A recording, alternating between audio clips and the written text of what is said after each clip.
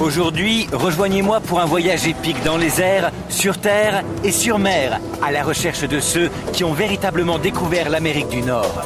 Je vais m'attacher à suivre la légende de deux explorateurs vikings, Éric le Rouge et Leif le Vénard. Ces deux navigateurs intrépides ont-ils pu traverser l'Atlantique 500 ans avant Christophe Colomb? Pour le découvrir, je vais monter à bord d'un navire viking au Danemark, explorer des ruines en Islande, marcher sur des icebergs au Groenland et finalement poser un pied sur les rives du Nouveau Monde. À la recherche de la vérité, je ne reculerai devant rien. Ce truc peut se retourner d'un instant à l'autre et m'expédier dans l'eau. Venez me chercher, les gars!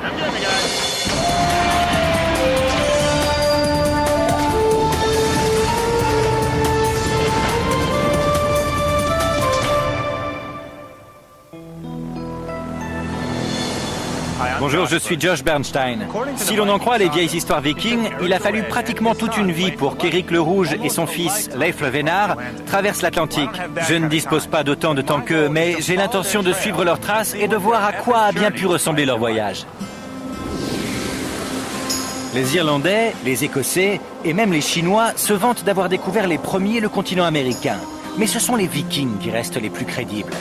Les vieilles histoires islandaises rapportent les exploits d'aventuriers qui, dans leur quête de nouvelles terres, poussèrent toujours plus à l'ouest de leur Scandinavie natale.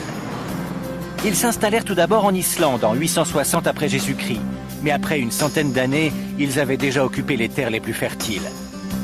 Poussant encore vers l'ouest, ils découvrirent et s'installèrent sur un immense territoire gelé qu'ils appelèrent Groenland. C'est là que prend corps une légende viking qui revendique la plus extraordinaire des découvertes. Un marin du nom de Leif le Vénard navigua à travers les eaux traîtres de l'Atlantique Nord et atteignit le continent américain 500 ans avant Christophe Colomb. Mais cette légende a-t-elle des chances d'être vraie? Pour le découvrir, je me suis rendu dans l'ancien port viking de Roskilde, au Danemark, où l'on a reconstruit et entretenu la plus grande collection d'authentiques navires vikings. Ce que je dois découvrir, c'est si les vikings possédaient des bateaux capables de traverser les océans. L'archéologue maritime Anton Englert va me montrer sa collection. C'est un authentique navire viking? Oui. Vous l'avez découvert où? Il était enfoui à 20 km au nord d'ici, dans les eaux du fjord de Roskilde. C'est dingue. Et vous avez pu dater sa construction? Eh bien, ce bateau a été construit vers l'an 1030 et les autres datent à peu près de la même période. Nous en avons reconstruit 5 au cours de ces 21 dernières années. Vous pouvez d'ailleurs en voir un naviguer actuellement dans le fjord. Aucune de ces répliques n'a été faite au hasard. Le bateau, qui a été dégagé du fjord, a été protégé des dégradations de l'oxygène par la vase qui se trouvait dans le fond. Une protection tellement efficace que des équipes de chercheurs ont été en mesure de reconstruire son exacte réplique que vous voyez naviguer aujourd'hui. Je vais rencontrer Gunnar Gertsson, l'incroyable capitaine d'un bateau viking. Il pourra me prouver que ces guerriers ont construit des navires capables de traverser l'océan Atlantique. Enchanté. De même. Ils pouvaient naviguer à une vitesse de 8 nœuds. La proue générait même des bulles sur l'eau pour adoucir le contact avec l'eau. Ils surfaient plus ou moins. Gunnar m'a montré que ce bateau était profilé pour aborder les vagues en souplesse. Mais cette longue embarcation, la même que celle qui terrorisa les côtes d'Europe du Nord, se serait brisée en 1000 morceaux si elle avait dû traverser l'Atlantique. C'est pourquoi les Vikings construisent un bateau radicalement différent pour les longues traversées. Un navire comme celui-ci. Voilà le navire? Oui, c'est celui-là. Qu'est-ce qui le différencie de l'autre en matière de navigation? Pourquoi ne pas le découvrir vous-même? Montez. Gunnar sait commander un navire. Il construisit cette réplique en 2000, et exactement 1000 ans après que, selon la légende viking, Leif le Vénard fit son voyage, Gunnar traversa l'Atlantique depuis l'Islande jusqu'en Amérique du Nord. Son périple de près de 4500 km prouva que les navires vikings pouvaient traverser l'Atlantique. Qu'est-ce que je peux faire ensuite? Ce navire, construit en pin de Norvège, est identique à celui construit par Gunnar. Il flotte grâce à la technique qu'utilisaient déjà les navires vikings.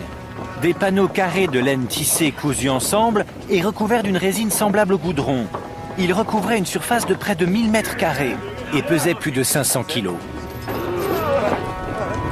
La vie sur un vaisseau viking demandait beaucoup d'énergie physique. Ce treuil était la seule aide mécanique que l'on trouvait à bord.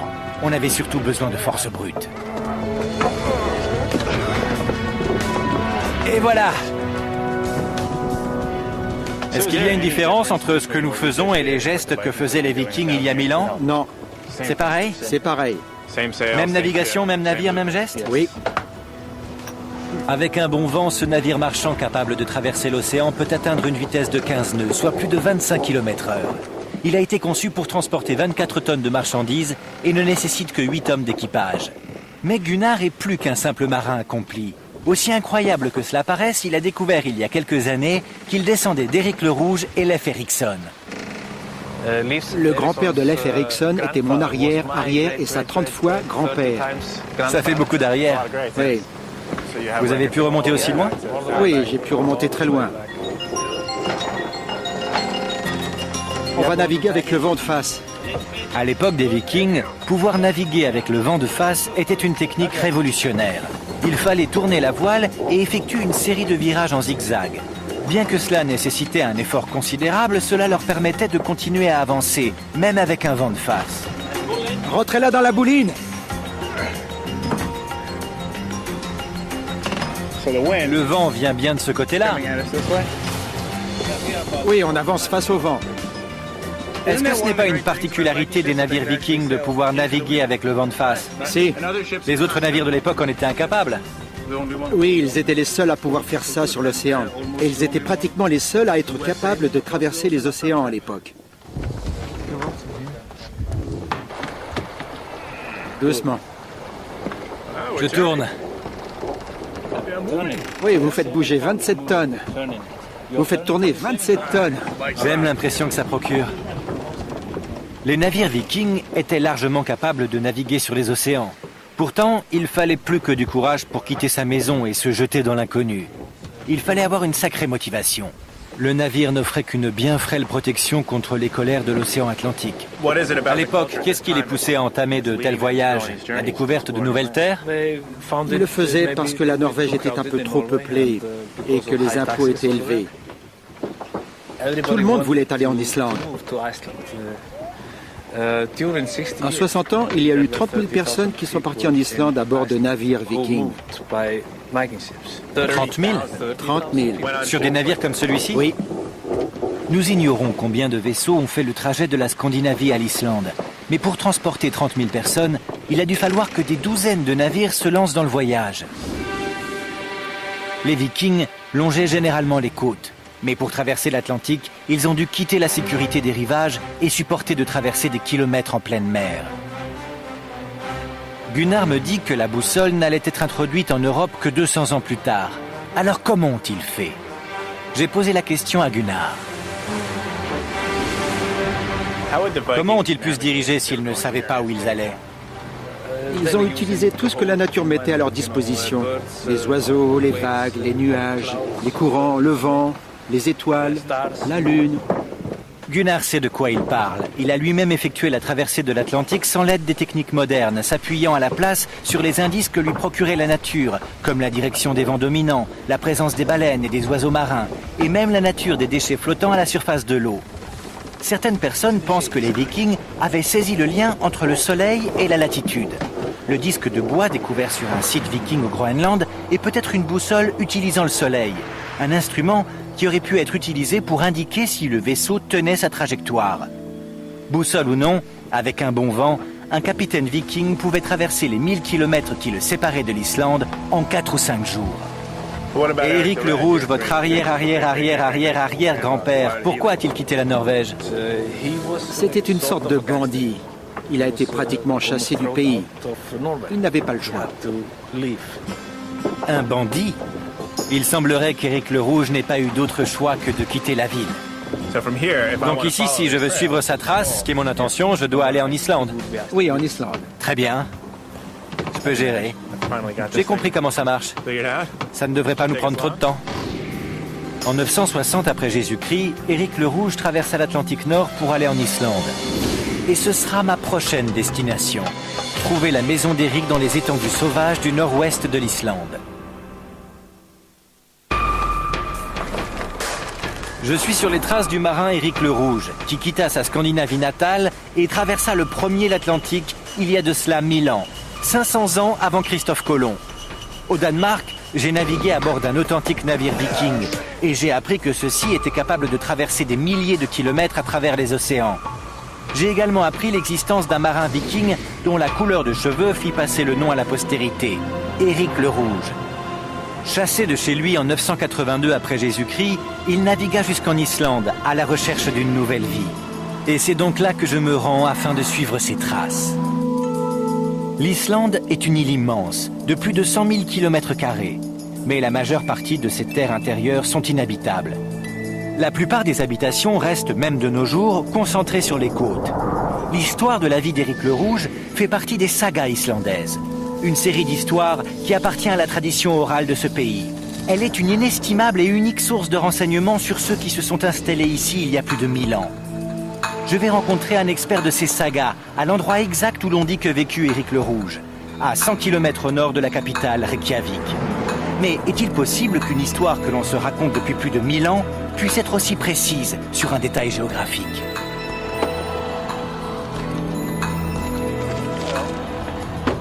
Si j'en crois ma carte, c'est la ferme d'Éric le Rouge. Je tiens plus, c'est ma première maison viking. Gisli Sigurdsson, diplômé de l'Université d'Islande, a passé sa carrière à étudier les sagas islandaises. C'est un endroit génial.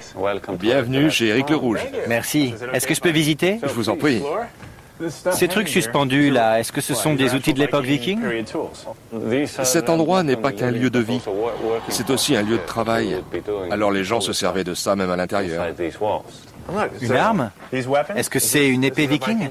Oui, tout ça sont des copies à l'identique des objets d'époque. C'est un casque viking? Oui, malheureusement nous n'en avons pas tellement. Nous n'en avons que quelques-uns. Mais au moins on a pu prouver qu'il n'avait pas de cornes sur le dessus. Comment ça se fait? Je crois que ce sont les opéras de Wagner qui ont laissé croire qu'il y en avait. Alors c'est un mythe. Oui. Il n'y avait pas de cornes sur les casques vikings. Non. Non, il ressemblait à ça ou était simplement en cuir. C'est donc une version très précise de ce à quoi il devait ressembler.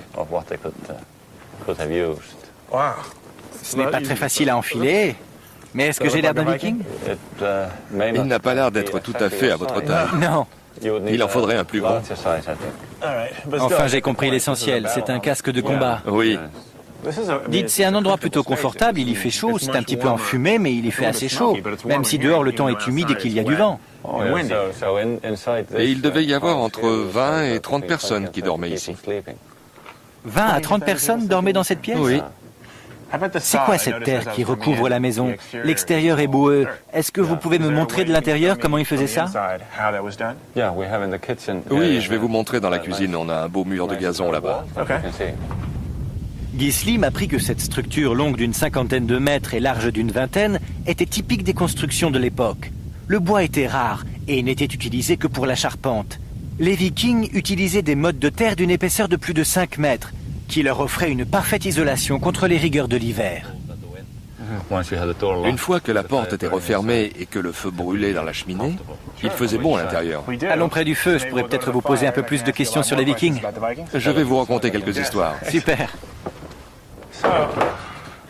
Il paraît que les sagas n'ont pas de secret pour vous? En tout cas, je les étudie. Dites-moi ce qu'on peut apprendre sur les Vikings grâce à elles. On y trouve un tas de preuves de l'installation des Vikings en Islande, des preuves écrites au XIIIe et XIVe siècle. Gisli me dit que les sagas ne furent pas écrites par des témoins directs des événements, qu'elles étaient des transcriptions de récits qui se transmettaient de bouche à oreille sur des événements ayant eu lieu 200 ans plus tôt. Qu'est-ce qu'on trouve sur Éric le Rouge dans les sagas? Il y a une saga qui porte son nom et une autre qui s'appelle la saga des Groenlandais. Une saga nous raconte qu'Éric est venu dans ce lieu et qu'il épousa la fille d'un fermier. Celui-ci lui accorda des terres dans cette vallée où Éric construisit sa ferme.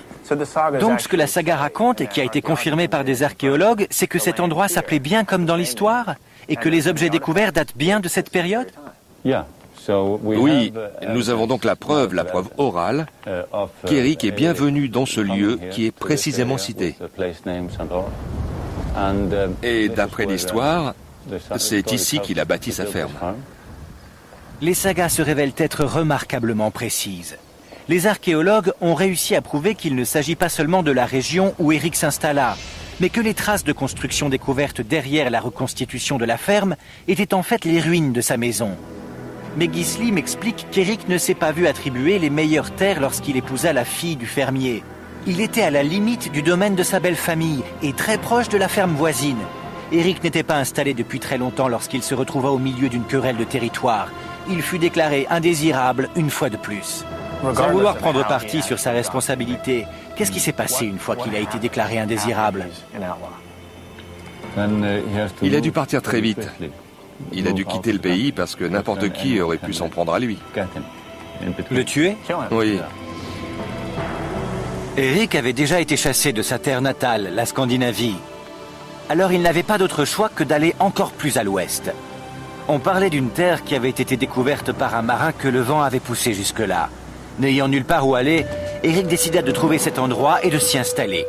Il réussit à convaincre de nombreux membres de sa famille et amis de se joindre à lui, en leur promettant de faire fortune en commerçant avec ce nouveau territoire. Eric le Rouge partit pour le Groenland avec plus d'une vingtaine de navires et pas mal de gens qui ignoraient ce qui les attendait.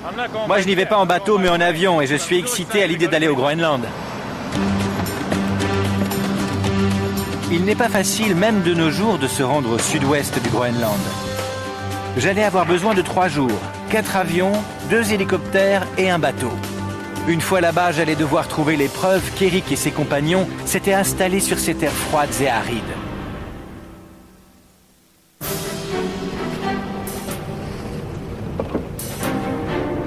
Je suis sur les traces d'Eric le Rouge, un marin viking. Un homme qui semble avoir le chic pour se faire chasser de partout où il passe. En 985 après Jésus-Christ, condamné à mort en Islande, il quitta sa femme et partit vers l'ouest à la recherche d'une terre d'accueil sur l'immense territoire gelé du Groenland. Il n'est guère plus facile de nos jours de se rendre au sud du Groenland, même par avion. La première étape est un vol de 3 heures jusqu'à Kulusuk, sur la côte est du pays. Depuis la relative chaleur et sécurité qui règne dans l'avion, je ne peux m'empêcher de remarquer que la mer semble glacée et que sa surface est recouverte d'icebergs. Le voyage d'Eric a dû être ardu, réclamant un mélange de détermination, d'habileté et de chance. Seuls 14 navires sur les 25 du départ réussirent la traversée. Les autres firent demi-tour ou sombrèrent. Mon excitation grandissait au fur et à mesure que nous approchions du Groenland. Il faut dire que c'est un lieu où l'on ne pense jamais pouvoir mettre les pieds. Alors c'est ça le Groenland? Je ne vois que des cailloux, aucune végétation. Je ne crois pas que j'aurais choisi cet endroit. Eric le Rouge le surestimait un peu, je crois qu'il devait avoir beaucoup d'imagination. Mais je n'étais pas encore arrivé à destination. Il me restait encore à traverser près de 2000 km de neige et de glace. Le minuscule aéroport est une escale essentielle vers la côte ouest beaucoup plus peuplée du Groenland. J'avais volé depuis Reykjavik jusqu'à Kulusuk. Il ne me restait plus qu'à longer le cercle polaire pour aller jusqu'à Nuuk, la capitale. Puis prendre un autre avion pour aller vers le sud où s'était installé Eric le Rouge. Mais attendez, c'est pas tout, loin de là. Le Groenland est immense. Il fait plus de 2 millions de kilomètres carrés. Ça fait presque 4 fois la superficie de la France. Et tout ce territoire n'est occupé que par environ 60 000 personnes. Les Vikings se sont installés au sud. À moi de découvrir pourquoi. À peine décollés, nous survolons le glacier et les terres gelées qui recouvrent la majorité de cette île immense. Si toute la glace qui est ici fondait d'un coup, le niveau de la mer augmenterait de près de 20 mètres. Après 3 heures, la glace laissa la place à de la roche. Nous arrivions à Nuuk, la capitale. Après une brève escale, je montais dans un avion encore plus petit en direction du sud. Mais cette fois, j'avais de la compagnie. Je m'enregistre sur le vol pour Narsarsuaq et je suis accompagné d'une experte, Caroline Paulsen. Bonjour. Nous allons descendre plus au sud pour voir là où Eric le Rouge s'est installé. Caroline a quitté le Danemark pour s'installer ici afin d'étudier les lieux de colonies vikings. Elle me servira de guide. Ce minuscule avion doit nous emmener tous les deux plus au sud. Nous volons près de 800 km depuis Nuuk jusqu'à Narsarsuaq, lieu où Eric choisit de s'établir. Alors que nous approchions de notre destination, Caroline me fait remarquer que l'endroit que nous survolons s'appelle Eriksfjord, le fjord d'Eric. C'est ici qu'Eric et ses compagnons s'établirent au Groenland. Vous voyez, c'est beaucoup plus vert ici. La terre est beaucoup plus fertile. Le Groenland a une végétation? Oui, par endroits. C'était génial! Nous avons pris un gros avion pour aller jusqu'à Nuuk et ensuite cet avion minuscule pour venir jusque-là. Et maintenant l'hélicoptère. Non, c'est vrai? Oui? Ouais? Jusqu'à Qaqortoq. Pourquoi pas? C'est parti! Ah, c'est pas qu'un simple hélicoptère, c'est un Sikorsky. Nous y sommes presque. Plus qu'un trajet en hélicoptère. Mais le voyage en valait la peine. Le paysage est incroyable. Cependant, même de nos jours, ce n'est pas un endroit facile à vivre. Il n'y a ni route, ni voie ferrée. Le seul moyen de se rendre dans des endroits isolés est l'avion.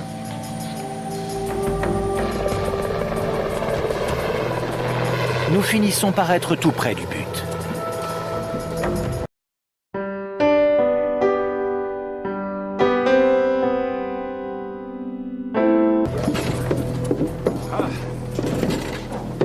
Reykjavik, Qaqortoq. 4 avions, 2 hélicoptères, et nous y voilà. C'est du gâteau. Après 12 heures de voyage depuis l'Islande, nous sommes enfin à l'endroit où les colons vikings se sont installés. Mais pour voir la preuve la mieux préservée de leur présence ici, nous devons encore prendre le bateau et marcher un peu. Bonjour, nous avons bien dormi à Qaqortoq? Qaqortoq. Qaqortoq. Oui. Et nous sommes en route vers les campements vikings. Qui sont dans cette direction, à l'autre bout du fjord. Ils sont par là, mais nous allons par là, pour mieux voir ça. Mon premier iceberg.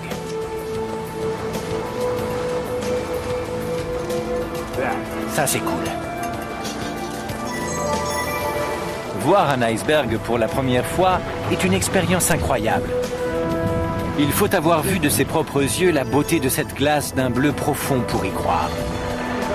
Après ce bref détour, nous reprenons notre route. Valsøy, l'endroit où nous nous rendons, est à 2 jours de marche de toute civilisation. Alors ce soir, ce sera camping. Nous allons faire une partie du trajet en bateau, mais il nous restera encore une longue marche à effectuer.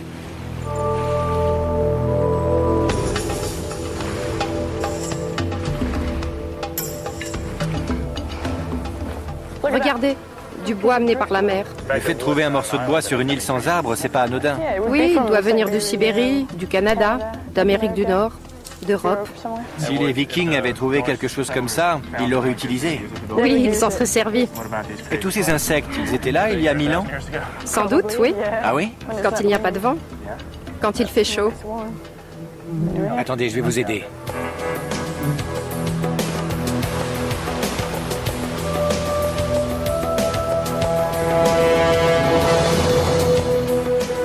Caroline me dit que c'est pratiquement le même paysage qu'ont découvert les Vikings en arrivant ici, il y a plus de 1000 ans. C'était un lieu central pour ceux qui se sont installés sur la rive est. C'était assez vaste. On y voit encore les traces de différents habitats. Allons-y. Bien qu'il y ait de la végétation et que ce soit une terre riche, il y avait peu d'endroits plats pour élever les animaux à portée d'Islande. Ils devaient soigneusement sélectionner le lieu où fonder leur colonie. Voilà, c'est là-bas. Le terrain est plus plat. Là où la colline descend vers la mer? Oui, c'est l'endroit idéal pour une ferme. Il nous a fallu encore 3 heures pour atteindre les ruines. Caroline me dit en marchant qu'il y avait plusieurs sites vikings disséminés dans la région. Mais celui où elle m'emmenait est le plus récent et le mieux préservé. Elle y poursuivait son travail archéologique pour mieux comprendre quelle était leur vie et pourquoi la colonie avait mystérieusement disparu. La maison était ici? Oui, À quoi servaient les différentes pièces? chacune avait son rôle. Il y en avait une pour dormir, une pour faire la cuisine. Et c'était un seul foyer. Oui, C'est très grand? c'est très grand. Ce site et plusieurs autres ont été déterrés. Et nous avons une relativement bonne idée de la vie qu'on y menait. Ils avaient du bétail pour leur consommation quotidienne, des moutons pour la laine. Le poisson constituait leur nourriture de base. Et en été, ils partaient en expédition à la chasse dans les territoires plus au nord. Caroline voulait me montrer ce site non seulement parce qu'il est remarquablement préservé, mais aussi parce que c'est Éric le Rouge qui le découvrit le premier. Il choisit plus tard d'aller vivre ailleurs et confia cette terre à son cousin. Cette grande entrée nous indique que c'était un endroit assez important. Il n'y a que 3 fermes au Groenland qui possèdent une entrée comme celle-là. Ça nous apprend que la personne qui vivait ici était riche. Riche, oui. Ce que nous confirme la présence de l'église. L'église de Valsay est un des monuments vikings les mieux conservés au monde. Elle a été bâtie lorsque les missionnaires chrétiens sont arrivés au Groenland depuis la Scandinavie au XIIe siècle, 200 ans après l'arrivée d'Éric et des premiers colons. Beau travail. Vous voyez, l'intérieur de l'église n'est pas aussi lisse que l'extérieur. C'est mieux dehors? Oui, c'est mieux dehors. Oui, c'est vrai. Oui. Ils ne devaient pas avoir de bons artisans pour faire ce côté-là. Et là-bas, c'est là que se tient l'autel, sous la fenêtre. Vous voyez l'arche de la fenêtre? C'est une copie de ce qu'on trouve en Europe. Cela a été fait avec de vieilles pierres taillées. Ça a dû être difficile à réaliser. Vous avez dit que c'est l'autel? Oui. Cet endroit sert toujours d'église? Oui, on peut s'y marier et y être baptisé. Sans blague. J'aurais dû enlever ça. Oui. Désolé. Caroline me dit que la dernière mention historique d'une cérémonie dans cette église est un mariage qui s'est tenu en 1408, juste avant que les colons s'en aillent pour des raisons inconnues. Personne ne sait vraiment pourquoi la colonie a été abandonnée, mais Caroline a sa théorie. Ça a été la dernière trace d'activité? Oui. Est-ce qu'on sait ce qui a entraîné le déclin de la colonie? Le changement climatique, les difficultés d'approvisionnement. Aucun navire européen ne venait jusqu'ici. Aucune possibilité de commerce. Mais si on en revient à Éric le Rouge et à l'époque à laquelle je m'intéresse, Éric, qui avait exploré la région, a choisi de s'installer dans un plus bel endroit. Oui, c'est exact. Et nous allons nous y rendre? Oui. Bien, alors nous allons manger et passer la nuit dehors? Oui. Allons-y. Les archéologues continuent à débattre sur les raisons qui ont poussé les Vikings à abandonner leur colonie du Groenland. Mais il ne fait aucun doute qu'Éric s'y soit installé 400 ans plus tôt. Et c'est ce fait, et cette époque, qui reste au cœur de ma quête. Là, on profite pleinement de la journée parce qu'il est plus de 23 heures et la nuit n'est toujours pas tombée. Est-ce que c'est normal? Oui. Ouais. Le soleil ne se couche pas. Pas à cette époque de l'année? Non. Donc c'est la nuit, nous sommes autour d'un feu de camp. Nous n'allons pas tarder à nous coucher et demain nous irons voir où s'est installé Éric le Rouge. Et j'ai entendu dire que c'est le plus bel endroit de la région? C'est vrai. On va attendre que le feu s'éteigne un peu et au dodo, on verra ça demain. Au matin, nous découvrirons à quel point la navigation au Groenland peut être dangereuse. Et nous apprendrons comment le fils d'Éric, Leif, traversa l'Atlantique sur sa partie la plus dangereuse.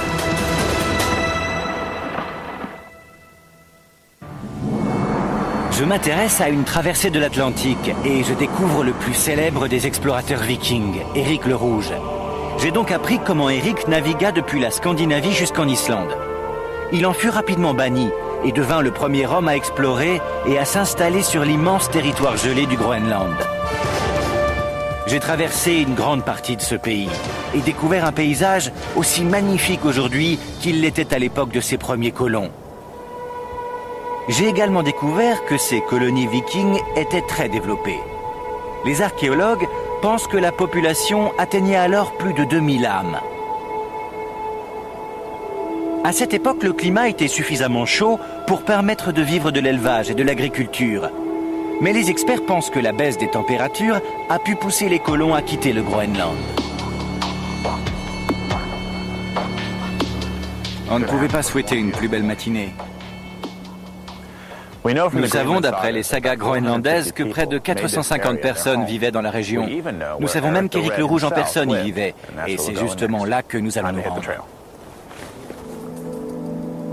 L'endroit qu'Éric choisit pour s'installer est à près de 40 km de notre campement. il est plus précisément dans le fjord suivant, qui porte aujourd'hui son nom. Caroline m'apprit durant notre marche qu'il fallut attendre le XXe siècle pour que les archéologues ne découvrent les traces d'une installation viking. Voilà, c'est Erik Fjord, le fjord d'Erik. C'est incroyable. Vous avez vu tous ces icebergs? Ouais. En dérivant sur la mer, les icebergs se cognent et se brisent. Les violents craquements que cela produit peuvent s'entendre dans tout le fjord. C'est le truc le plus cool que j'ai jamais vu. La ferme d'Éric le Rouge est à l'autre extrémité du fjord et nous allons devoir passer près de cette centaine d'icebergs. C'est réellement un des endroits les plus beaux qu'il m'ait été donné de visiter. Mais nous devons garder à l'esprit que pour les premiers colons, cela a dû être un endroit isolé et oublié du monde. Et c'est un endroit où il est difficile de vivre en hiver, même de nos jours. Regardez ce phoque qui se dort la pilule au soleil. On ne peut pas lui en vouloir. Les Vikings chassaient le phoque, le morse et le narval, pas seulement pour la nourriture, mais aussi pour le commerce. Leur fourrure, leur peau et la corne en ivoire du narval étaient très recherchés. Mais avec l'introduction en Europe de l'ivoire africain, les Vikings virent leur demande d'ivoire s'effondrer et une importante source de revenus disparaître. C'était super. On était à ça. À ça! Ces icebergs nous semblent magnifiques, à vous comme à moi. Mais pour les 24 navires qui accompagnaient Éric le Rouge dans sa traversée depuis l'Islande, ils ont dû être de véritables dangers. Pourtant, je ne résiste pas à la tentation de me rapprocher. Je demande au capitaine si je peux marcher sur un de ces gros glaçons instables. Il me répond qu'il va essayer de m'en trouver un suffisamment plat pour que je puisse y tenir debout. Mais il me prévient que si je tombe à l'eau, je n'aurai que quelques minutes pour revenir à bord avant de geler. Il ne faut pas rester trop près d'un iceberg. Il peut se briser ou basculer d'un instant à l'autre, expédiant en l'air et dans tous les sens de gros morceaux de glace. Celui-ci est un petit iceberg, mais une fois au pied du mur, je me demande si je vais vraiment y aller. Allez, courage.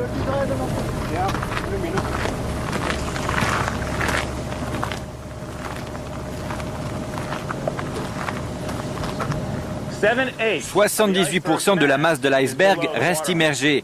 D'un instant à l'autre, cette chose peut basculer et m'expédier dans l'eau. Venez me chercher, les gars. Je veux pas entendre d'autres craquements. Venez. J'ai eu ma dose d'iceberg.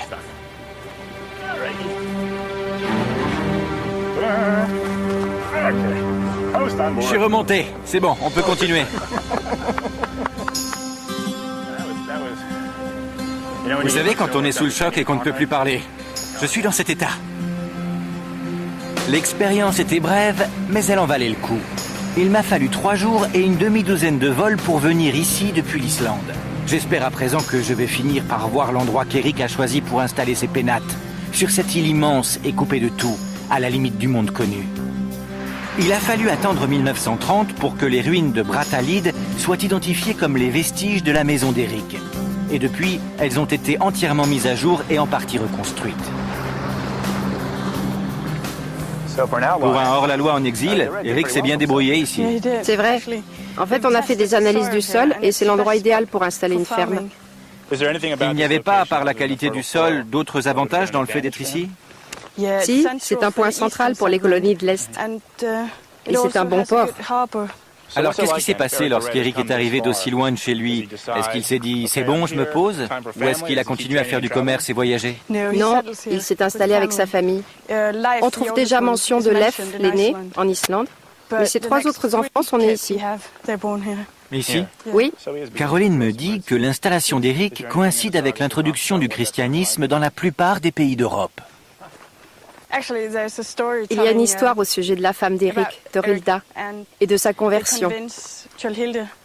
Elle voulait qu'il y ait une église ici, mais Éric refusait de la construire. Alors elle refusa d'avoir le moindre contact avec lui. Elle voulait plus coucher avec? Non, jusqu'à ce que l'église soit construite. Alors il a pris une pierre et l'a jetée aussi loin qu'il a pu de la ferme. Et là où la pierre est tombée, on a construit l'église. Elle devait beaucoup ressembler à celle-ci. Elle ressemblait à ça? Allons voir. À l'époque où cette église a été construite, les Vikings qui s'étaient installés à travers le pays ont commencé à changer. Beaucoup se sont convertis au christianisme. Leif a été l'un des premiers convertis et il personnifie le nouveau Viking. Il avait hérité de l'esprit aventureux de son père, mais il méprisait sa sauvagerie et sa superstition. Si l'on en croit les sagas, Leif était un Viking hors du commun. Il est décrit comme un solide gaillard, réfléchi et tempéré en toutes choses et hautement respecté. Il devint un excellent marin, emportant des marchandises depuis l'Islande et la Scandinavie jusqu'à la colonie de son père, au Groenland. On le surnomma Leif le Vénard, après qu'il ait sauvé un navire du naufrage et se soit approprié toute sa cargaison. Je suppose que c'était la pièce principale de la maison. Et ça doit être la plus belle vue du Groenland. Cela a été un long périple pour atteindre le dernier domicile d'Eric et de Leif, ici au Groenland. Debout dans les ruines de sa maison, j'apprends que c'est ici que s'est terminé le long voyage d'Eric. Leif a pris la suite de son père. Il avait entendu des rumeurs au sujet d'une terre plus à l'ouest. Eric entendit qu'il y avait d'autres terres plus à l'ouest. Comment il réagit? Non, c'est Leif qui en a entendu parler. Il était très vif d'esprit. Il a acheté un bateau et a convaincu plus d'une trentaine d'hommes de se joindre à lui. Je vais donc suivre les traces de Leif. Où est-ce qu'il faut que j'aille? Terre-Neuve. Alors j'y vais. Nous sommes au stade de l'histoire où le fils succède au père. À partir de maintenant, il s'agit du voyage de Leif. En 1001 après Jésus-Christ, Leif Erikson quitte ce fjord où nous sommes et embarque avec 35 hommes sans véritable carte et sans trop savoir où ils doivent aller ni ce qu'ils vont découvrir. Est-ce que Leif le Vénard est allé en Amérique? Accompagnez-moi dans ma traversée de l'Atlantique à la recherche de preuves qui démontreraient que les sagas des explorateurs vikings ne sont pas des histoires à dormir debout.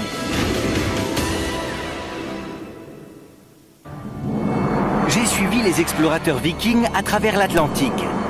J'essaie de découvrir si leurs exploits tels qu'ils sont relatés dans les sagas islandaises sont bien réels. J'ai découvert les preuves que les vikings ont colonisé l'Islande et le Groenland. Mais l'histoire la plus incroyable raconte qu'en l'an 1001, Leif le Vénard entreprit un voyage à travers l'Atlantique Nord et découvrit l'Amérique 500 ans avant Christophe Colomb. J'approche à présent de la pointe nord de Terre-Neuve. Nous sommes à peu près à 2000 km du Groenland. Et c'est peut-être ici que s'arrêtent les traces des Vikings. Certains pensent qu'il y a 1000 ans, Leif le Vénard et son équipage débarquèrent pour la première fois sur ces côtes. Je ne peux qu'imaginer leur fierté et leur exaltation. Les sagas groenlandaises racontent que Leif découvrit la terre de Baffin qu'il baptisa Helluland. Il continua vers le sud, longea le Labrador, qu'il appela Markland, et débarqua finalement à la pointe nord de Terre-Neuve, qu'il nomma Vinland, parce qu'ils sont censés y avoir trouvé du raisin. Bien que j'ai découvert les preuves que les voyages décrits dans les sagas islandaises étaient exacts, les histoires se transmettant oralement de génération en génération ne peuvent être considérées de fait comme authentiques. Il y a de nombreux contes et légendes sur les marins censés avoir découvert l'Amérique. Les Écossais, les Irlandais et même les Chinois, tous affirment avoir posé en premier les pieds sur ce continent. Mais aucune preuve archéologique n'est jamais venue confirmer leur dire. Les choses seront-elles différentes avec les Vikings? Tâchons de le découvrir. À la pointe nord de Terre-Neuve se trouve un lieu appelé l'Anse aux Meadows. On y a trouvé des bâtiments recouverts de terre, trop longs pour être ceux d'un camp indien. Le site a été reconstruit et Dale Wales en est la conservatrice. Les ruines de l'Anse aux Meadows ont été découvertes par le professeur Allingstead, d'Oslo, en Norvège. Il était à la recherche du Vinland mentionné dans les sagas. Il est venu ici pour se renseigner sur des ruines, et un pêcheur du coin l'a emmené là, et lui a dit qu'il s'agissait du camp indien de Blacktop Brook. Donc c'était un camp indien. C'est ce que croyaient les gens du coin, que c'était les restes d'un camp indien. Ils croyaient que les Indiens avaient habité dans la région, ce qui est exact, mais ces ruines n'ont rien à voir avec eux. C'est intéressant parce que je ne trouve pas que ça ressemble à un camp indien. Si je me fie à ma petite expérience et que j'observe ces longs murs épais, je dirais qu'ils ressemblent plus à des constructions islandaises ou groenlandaises qu'amérindiennes. Tout à fait. Et le professeur Ingstead s'est dit la même chose lorsqu'il les a vus, que tout cela lui semblait familier. Vous me faites visiter? Oui. Dale me dit que le site a été découvert en 1960 et reconstruit un peu plus tard. Cela ressemble effectivement beaucoup aux constructions que j'ai vues en Islande et au Groenland. Mais il me faut de vraies preuves que les sagas disent la vérité.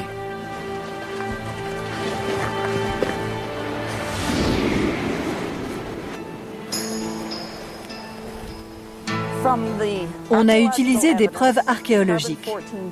On a daté au carbone 14 les différents objets découverts sur le site et il en ressort qu'ils datent d'à peu près 1000 ans. Il pourrait dater, si on s'en réfère aux sagas, de la même époque que celle où Leif est venu ici. C'est exact. D'après les sagas, le voyage vers Vinland aurait commencé environ vers l'an 1000. Et ce site date approximativement de la même période. Quels objets avez-vous datés? Beaucoup d'objets en bois qui étaient sur le site, des objets en relation avec la réparation de navires et du charbon qui a été utilisé dans la production de métal. Ils utilisaient du fer ici? C'est le premier endroit en Amérique du Nord où l'on a des traces de l'utilisation du fer. Ils le faisaient fondre dans un four et produisaient un bon métal qu'ils pouvaient travailler ici, à Lanse aux Meadows, et qu'ils utilisaient pour faire des rivets ou des clous pour réparer les navires. Les Amérindiens n'utilisaient pas le fer à cette époque. Pas du tout. Une fois de plus, on fait le lien avec les villages scandinaves. Donc la dimension des maisons et l'utilisation du fer plaident pour une présence nordique. Quoi d'autre? On a découvert de nombreux objets que l'on peut relier à la culture nordique. Par exemple, on a découvert une épingle à cheveux en bronze qui était utilisée pour maintenir le vêtement sur les épaules. On a aussi découvert un objet utilisé lorsque l'on file la laine. On emboîte dedans la pointe inférieure du fuseau et il est très utile pour tisser la laine et en faire du fil. C'est un autre objet islandais? C'est un autre objet islandais, mais il n'était pas considéré comme tel jusqu'à ce que les preuves archéologiques le démontrent. Les preuves archéologiques démontrent que les Vikings ont vécu ici, à la pointe extrême du continent américain qui correspond aujourd'hui au Canada. Mais sont-ils allés plus au sud, à la région correspondant actuellement aux États-Unis?